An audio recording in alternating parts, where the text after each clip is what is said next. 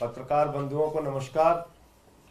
मुझे लगता है आज के बाद एक सवाल बंद हो जाएगा कि आप लोगों को यह शंका क्यों होती है कि ईडी के छापे के बाद आपकी पार्टी टूट सकती है, आपके विधायक टूट सकते हैं। यह शंका क्यों होती है आपके मन में? यही सवाल हमसे बार बार पूछा जाता था और पहले दिन से भी हमने कहा, एक ही बात कहा कि अरविंद केजरीवाल की गिरफ्तारी के पीछे आम आदमी पार्टी को तोड़ने की मंशा है।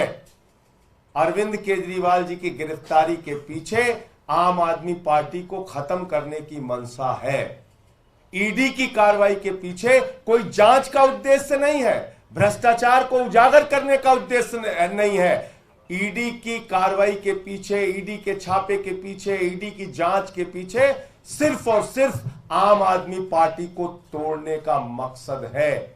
और इसलिए मैं दोहरा रहा हूं इस बात को कि भारतीय जनता पार्टी इस देश की वो आपराधिक पार्टी है जो देश भर में इस प्रकार का गुंडागर्दी का आचरण कर रही है। ईडी सीबीआई का इस्तेमाल करो, विधायकों मंत्रियों को तोड़ो और अपनी पार्टी में शामिल करो। यही काम इन्होंने महाराष्ट्र में किया, अरुणाचल में किया, उत्तराखंड में किया, कर्नाटक में किया, मध्य प्रदेश में किया। लेकिन याद रखना, आज इस वक्त में आम आदमी पार्टी की भी परीक्षा है, एक एक मंत्री और विधायक की भी परीक्षा है कि हम किस रूप में अपने आप को चाहते हैं कि हमें याद किया जाए, बहादुर के रूप में या कायर के रूप में। यह इतिहास दर्ज करेगा कि आप कैसे ऐसी भ्रष्ट पार्टी, ऐसी बेईमान पार्टी, ऐसी गुंडागर्दी मचाने वाली पार्टी जो देश भर में पार्टियों को तोड़ रही है, उस भारतीय जनता पार्टी का मुकाबला ऐसे दौर में आप कैसे करते हैं, यह भी तय होगा। और मैं आपको दिखाना चाहता हूं, यही है राजकुमार आनंद, जिनके यहां 23 घंटे तक ईडी का छापा पड़ा था। 23 घंटे तक ईडी का छापा पड़ा था। पूरी की पूरी भारतीय जनता पार्टी ऊपर से लेकर नीचे तक चिल्ला चिल्ला कर कह रही थी राजकुमार आनंद भ्रष्ट है, राजकुमार आनंद भ्रष्ट है। पूरी की पूरी बीजेपी कह रही थी, सारा केंद्रीय नेतृत्व, इनके बड़े बड़े नेता नड्डा जी हो, अनुराग ठाकुर हो, पीयूष गोयल हो, सब ने बयान दिया राजकुमार आनंद भ्रष्ट है। बस देखना आपको यह है बीजेपी का चाल चरित्र और चेहरा आज से लेकर कल तक, या हो सकता है जल्दी ही आपको दिखाई पड़ जाए, वो व्यक्ति जिसके लिए खुद भाजपाई नड्डा से लेकर अमित शाह से लेकर मोदी तक सारे लोग कह रहे थे कि यह भ्रष्ट है, भ्रष्ट है, कल उसको माला पहनाते हुए शामिल करते हैं कि नहीं, ये पूरी दुनिया देख लेगी, पूरा देश देख लेगा। फिर उसके बाद पार्टी विद द डिफरेंस वाली बात मत कहना, फिर उसके बाद चाल चरित्र चेहरे वाली बात मत कहना। फिर तो भाजपाइयों कालिक लगा के अपने चेहरे पे घूमना। तुम्हारा कोई चरित्र नहीं है, कोई चरित्र नहीं है, तुम्हारा एक ही चरित्र है, पार्टियों को तोड़ो, सरकारों को गिराओ, लोकतंत्र को खत्म करो, संविधान को खत्म करो। लेकिन तुमसे आम आदमी पार्टी के जो निष्ठावान कार्यकर्ता हैं, जो हमारे विधायक और मंत्री हैं, ठीक है, कुछ लोग इस लड़ाई में पीछे हटेंगे, हम जानते हैं कुछ लोग इस लड़ाई में पीछे हटेंगे, कुछ लोग टूटेंगे, किसी का मनोबल कमजोर होगा, लेकिन लंबी तादाद, बड़ी तादाद उन लोगों की है जो इन परिस्थितियों का मुकाबला करेंगे। साथी मनीष सिसोदिया जी हों, सत्येंद्र जैन जी हों, अरविंद केजरीवाल जी की गिरफ्तारी के बाद भी पूरी की पूरी पार्टी एकजुट है, लामबंद है। किसी को आप बताइए, हमसे सवाल पूछते थे टीवी चैनल वाले, कहां से आपके विधायकों से संपर्क कर लिया गया, किसको तोड़ने की कोशिश की गई, कैसे आप हवा हवाई बातें करते हैं?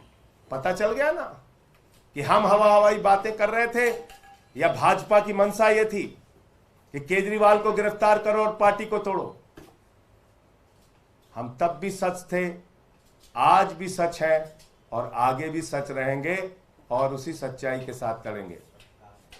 आतिशी जी ने जब आरोप लगाया, जब सौरभ भारद्वाज जी ने आरोप लगाया, जब यहां बार बार इन लोगों ने कहा, हमारे माननीय मंत्रियों ने, कि ये सब खेल चल रहा है बीजेपी वालों का, एक मीडिया वाला यकीन नहीं कर रहा था, सब हमसे उल्टा सवाल पूछ रहे थे। कल जब तस्वीर देखिएगा तो मैं मीडिया के मित्रों से कहना चाहता हूं, इतना साहस जरूर दिखाइएगा कि नड्डा से पूछिएगा कि जिस व्यक्ति से आप कह रहे थे 23 घंटे की ईडी की छापेमारी के बाद कि ये भ्रष्ट है, उसको आज आप कैसे भारतीय जनता पार्टी का पटका पहना रहे हैं? यह सवाल तो बनता है मीडिया के मित्रों। और देखूंगा कल अगर ये बीजेपी में राजकुमार आनंद जी शामिल हो रहे होंगे तो आपकी ओर से ये सवाल पूछने का साहस कौन सा चैनल और कौन सा मीडिया करता है, ये जरूर हम लोग भी देखेंगे, क्योंकि सवाल तो हमसे बार बार पूछे गए। अब ये थोड़ा सा इनका देखिए, जिस दिन छापा पड़ा था, यही चलाओ, ये बीजेपी का बयान आया था उस दिन। आम आदमी पार्टी और केजरीवाल जी को समझना चाहिए कि आज धरने और ड्रामे का समय नहीं है, आज अपने दायित्व को निभाने का समय है, जांच में हिस्सा बनने का समय है, विक्टिमहुड कार्ड नहीं, भ्रष्टाचार का रिपोर्ट कार्ड देने का समय है। बस रोक दो। और जो पार्टी ये भ्रष्टाचार का रिपोर्ट कार्ड मांग रहे थे जिस दिन ईडी का छापा पड़ा था राजकुमार आनंद पे। तो और बाकी क्योंकि सरकार के वरिष्ठ मंत्री हैं सौरभ भारद्वाज जी, इनको बीच बीच में जब मैं उस वक्त जेल में होता था तो जेल में टीवी जो चलती थी समाचार देखता था, बहुत सारी सच्चाई का खुलासा पहले भी ये कर चुके हैं। मैं चाहूंगा आपके सामने विस्तार से अपनी बात रखेंगे। संजय जी ने जैसा कहा, आज पार्टी के लिए वो क्षण है जिसमें कहा जाता है कि हमने कहा था, हमने बताया था, बार बार बताया था। अरविंद केजरीवाल जी को गिरफ्तार करने के पीछे पार्टी को तोड़ना और दिल्ली और पंजाब की सरकारों को गिराना, ये मंशा है। और ये बार बार अरविंद केजरीवाल जी कह रहे थे। बहुत सारे साथियों को लगेगा कि हमें राजकुमार भाई से आज बहुत नफरत है, हम उनको धोखेबाज कहेंगे, हम उनको बेईमान कहेंगे, हम उनको ऐसा कुछ नहीं कहेंगे। मैं मानता हूं एक परिवार चलाने वाला आदमी, बच्चे हैं, परिवार है, इज्जत है, रिश्तेदार हैं, ऐसे में ईडी पकड़ के ले जाएगी, तिहाड़ में सालों सड़ाया जाएगा, ये सुन के वो डर गए। हर आदमी संजय सिंह नहीं है, मुझे लगता है कि वो डर गए। कई बार पार्टी कोलीग्स से ये बात कह रहे थे कि जैसे ही थोड़ा एक्टिव होता हूं फोन आ जाता है। इस तरीके से एक दलित समाज से आने वाले एक चुने हुए विधायक, एक दिल्ली के मंत्री को डराया जा रहा है। आप सोचिए आम लोगों की क्या हालत होगी इस देश के अंदर जब ये चुनाव जीत जाएंगे अगर, तो ये क्या करेंगे इस देश का हासिल। थोड़ी राजनीतिक बात भी करूंगा। पटेल नगर एक रिजर्व्ड कॉन्स्टिट्यूएंसी है। ये बात राजकुमार आनंद जानते हैं कि रिजर्व्ड कॉन्स्टिट्यूएंसी के अंदर वो भारतीय जनता पार्टी से लड़ेंगे, बुरी तरह से हारेंगे, तीसरे नंबर पे आएंगे। वे विधायक इसलिए जीते क्योंकि आम आदमी पार्टी की तरफ से लड़े हैं, बहुत साल कई पार्टियों में रहे हैं, उनको पता है क्या हासिल होता है भारतीय जनता पार्टी का। इसके बावजूद उनसे रिजाइन कराया गया, पार्टी से रिजाइन किया, पद से रिजाइन किया, क्योंकि पार्टी से रिजाइन कर दिया तो वो विधायक भी नहीं रहे। कौन आदमी ऐसा करेगा? किसी को पार्टी से अगर दिक्कत भी होगी तो ये कहेगा ठीक है मैं अपना टेन्योर पूरा करता हूं, जनता के बीच में अपनी जगह बनाता हूं, टेन्योर पूरा होगा, पार्टी से रिजाइन करेंगे, जो पार्टी पसंद आएगी उससे लड़ेंगे। ये तो सुसाइड है, ये तो आग में कूदना है। कोई आदमी क्यों सुसाइड कर रहा है? उस आदमी की क्या मजबूरियां बना दी गई? आप सोचिए कितना डराया जा रहा है। आज एक चुने हुए विधायक और एक मंत्री को आज इतना डरा दिया गया कि वो आज रेजिग्नेशन करने के लिए छोटे से किसी कमरे में छुप के प्रेस कॉन्फ्रेंस कर रहा है। आपने देखा ही होगा। मुझे लगता है कि शर्म आनी चाहिए आज भारतीय जनता पार्टी को कि आज उसने इस देश के प्रजातंत्र की वो हालत कर दी है जिस देश का संविधान बाबा साहब अंबेडकर ने लिखा कि इस देश में लोग आजादी से जिएंगे, आजादी से सवाल पूछेंगे, सरकार से सवाल पूछेंगे। उस देश की हालत आज ये कर दी है कि चुने हुए मंत्री जो हैं इस तरह से रिजाइन कर रहे हैं। बहुत शर्म की बात है। और मुझे लगता है भारतीय जनता पार्टी एक बार तो कामयाब हो गई। मैं अपने साथियों से कहना चाहूंगा, डरना नहीं है। आपके सामने संजय सिंह का उदाहरण है, झूठे मामलों में फंसाया गया, 6 महीने रहे जेल के अंदर, मगर देखिए बाहर आए और शेर की तरह दहाड़ रहे। संजय सिंह बनना है, मनीष सिसोदिया बनना है, अरविंद केजरीवाल बनना है, सत्येंद्र जैन बनना है, राजकुमार आनंद नहीं बनना। हमें उनसे पूरी सहानुभूति है, मगर पार्टी में राजकुमार आनंद के लिए सहानुभूति सिर्फ इसलिए कि वो डर गए, मगर हमें राजकुमार आनंद नहीं बनना, हमें संजय सिंह और अरविंद केजरीवाल बनना है। बहुत बहुत धन्यवाद। एक इसमें जानकारी और मिली है, चाहे आप लोग कंफर्म कर लीजिएगा, कि उनके आसपास के लोगों ने ये भी बताया कि संभवतः 12 अप्रैल का ईडी का नोटिस भी उनको मिला था। और आज तारीख कितनी है? 10 अप्रैल। 10 अप्रैल। अभी मंत्रिमंडल में कौन नया मंत्री होगा? आरोप लगा के कह रहे हैं कि अब जिस सपने के साथ वो आए थे बाबा साहब के सपने के साथ, वो आप लोगों ने पूरा नहीं तो किया। 23 घंटे की छापेमारी के बाद क्या बोला था उन्होंने, वो भी सुनाइए भाई, लाइए हम सुना देते हैं।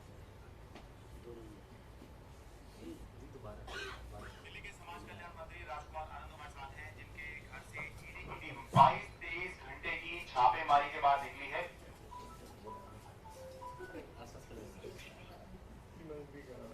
सुबह ईडी की टीम आ गई थी और शुक्रवार यानी कि आज सुबह ईडी की टीम निकली है। सर बहुत बहुत स्वागत है आपका। 22-23 घंटे ईडी की टीम आपके घर पे रही। तो एक सवाल उठ रहा है, कितनी चर्चा चल रही थी कि 22-23 घंटे में ईडी ने क्या ढूंढ लिया या क्या उनको मिल गया?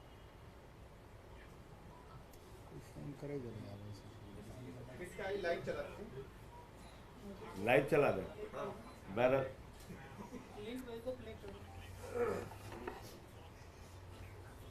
अच्छा, मान नहीं रहा, बहादुर लगातार किए जा रहा है। रुकिए भाई, जरूर सुन के जाइए आप लोग। इतना बढ़िया सवाल आपने पूछा है। बड़े पुराने पत्रकार हैं इसमें। हाँ। अच्छा सौरभ जी, एक टेक्निकल चीज फंसेगी। अभी पहले ये सवाल होने इतनी चीजें मत फंसाओ। इसका फंस रही है ना, इसलिए जो चिंता है उस पर चिंता करो। सही, इस पे टच करो। सुबह ईडी की टीम आ गई थी और शुक्रवार यानी कि आज सुबह ईडी की टीम निकली है। सर बहुत बहुत स्वागत है आपका। 22-23 घंटे ईडी की टीम आपके घर पे रही। तो पहले तो यही सवाल उठ रहा है कि इतनी चर्चा चल रही थी कि 22-23 घंटे में ईडी ने क्या ढूंढ लिया या क्या उनको मिल गया?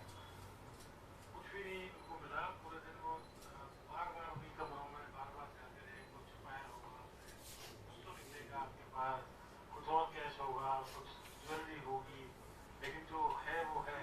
तो उनको अंदर कुछ नहीं मिला। और अजीबोगरीब तरह के सवाल, कोई कारपोरेट से नाम बता देते, इन लोगों को जानते हो आप? मेरे भाई ने तो सुना ही पहली बार है नाम। तो इस तरह से वो टाइम किल करते थे और कुछ भी नहीं। इससे पहले आम आदमी पार्टी के और नेताओं के घर पर या दिल्ली सरकार के और मंत्रियों के घर पर भी ईडी ने कार्रवाई की। तो उसमें हमने देखा कि 6-7 बजे के आसपास जो है ईडी अपनी कार्रवाई करके निकल जाती है। टाइम तो वही होता है आने का सुबह का, लेकिन 6-7 बजे निकल जाती है। तो उसके बाद जब 6-7 बजे से रात हो गई तो चर्चा चलने लगी कहीं आप गिरफ्तार तो नहीं हो रहे हैं। तो आपको भी लग रहा था कि गिरफ्तारी आज हो सकती है? हमें भी यही लग रहा था कि 6 बजे तक ये निकल जाएगी। और जब वो इतना लेट हो गए तो हमें भी एक बार लगा। लेकिन आम आदमी पार्टी में आने के बाद अपने नेता अरविंद केजरीवाल जी के साथ रहने के बाद ये सब चीज़ों से पता चला। सुन लिया आपने? तब ये बोल रहे थे 23 घंटे की छापेमारी के बाद ये बोल रहे थे। अब जो सौरभ ने कहा वो बात हो सकती है। और सर वो बेचारे एक स्क्रिप्ट दी हुई थी उनके हाथ में, आपने देखा होगा, एक पर्चा था, वो उस पे पर्चे पे देख देख के पढ़ रहे थे जो उनको कहा गया पढ़ने के लिए। आज की आपने प्रेस कॉन्फ्रेंस उनकी देखी होगी। आप कह रहे हैं बीजेपी ज्वाइन कर लेंगे, बीजेपी माला पहनेंगे। 12 अप्रैल को बुलाया, बोल तो दिया संजय जी, उन्होंने तो मना किया साफ तौर पर। आप कह रहे हैं बीजेपी जाएंगे, वो कुछ दिन लगेंगे मना सर। कर रहे हैं कि मैं कहीं नहीं जा रहा हूँ। तो वो जिस दिन जाए उस दिन वो सवाल मेरा वाला जरूर पूछ लीजिएगा आप लोग। नड्डा जी जो भी शामिल कराएगा, चाल, चरित्र और चेहरा, इस पे, और पार्टी विद द डिफरेंस, इस पे सवाल न खाऊंगा न खाने दूंगा पे सवाल, ये सवाल जरूर पूछ लीजिएगा कि भाई इनके यहाँ तो 23 घंटे का छापा मारा, और जब छापा मारा तो मोदी जी भी बोले और नड्डा जी भी बोले और अनुराग ठाकुर भी बोले, और यहाँ के प्रदेश अध्यक्ष जी क्या नाम उनका, सचदेवा जी, वीरेंद्र सचदेवा जी भी बोले और तिवारी जी भी बोले, सब बोले। तो ऐसे ही व्यक्ति को आप अपनी पार्टी में शामिल क्यों करें, जिस दिन भी करें, मैं अभी की बात नहीं कर रहा हूँ, मेरा वो सवाल जरूर पूछिए। संजय जी, राजकुमार आनंद ने कोई शिकायत की थी क्या पार्टी से कभी अपने पद अभी को 2 घंटे पहले तो मेरा खुद का वीडियो उन्होंने ट्वीट किया है। अब मैं कैसे जान रहा हूँ, 2 घंटे पहले 2:42 पे जैसे वो बॉक्सर साहब का जो है रात में सोने के बाद सुबह हृदय पर, तो राजकुमार आनंद जी ने अभी 2 घंटे पहले मेरा खुद का वीडियो ट्वीट किया। इसलिए जो सौरभ ने कहा कि सहानुभूति हो सकती है, परिवार है उनका, हो सकता है दबाव न झेल पाए हो, लेकिन ऐसे ही वक्त में बहादुरों की परीक्षा होती है, और आपके ऊपर जब संकट की घड़ी है तभी आपकी बहादुरी का परिचय होता है। तो अब आपको तय करना है कि किस तरह से देखें। बता रहे थे कि आपने अनरिजर्व सीट पर जो है एक दलित को टिकट दे दिया और खड़ा कर दिया लोकसभा चुनाव में, यहाँ तो आप ही ये कह रहे हैं कि दलितों को आप लोग सम्मान नहीं करते। उन्होंने कहा दलितों को शामिल कर लेते, फिर कॉर्नर मीटिंग होती रहती है, बुलाया नहीं। भारत के अंदर आजादी के बाद पहली सरकार है जिसने बाबा साहब का संविधान अपने स्कूलों में पढ़ाने का निर्णय लिया, और हर जगह सर फोटो, हर जगह फोटो हमारे सरकारी दफ्तरों में बाबा साहब की, और अनरिजर्व पे रिजर्व आदमी, अनरिजर्व पे रिजर्व, अकेले यही नहीं, कई स्टेट्स के चुनाव में हमने ये दिया। और दूसरी बात ये है कि एक चीज बताइए, शिक्षा फ्री, स्वास्थ्य फ्री, बिजली फ्री, पानी फ्री, बस की यात्रा फ्री, इसका लाभ सबसे ज्यादा किसको होता है, समाज के वंचित तबके को इसका सबसे ज्यादा लाभ होता है। इसलिए ये बात कहना तो स्क्रिप्टेड हो सकता है, वो मैं मानता हूँ, जो बता रहे थे कि कुछ लिख के दिया गया उनको, तो उसके नाते, और वैसे भी हम लोगों से बातचीत में तो बराबर उन्होंने पार्टी की तारीफ ही की और ये कहा कि नहीं, ये पार्टी बाबा साहब के रास्ते पे चल रही है। 2:42 पे रीट्वीट किया आपको? हाँ,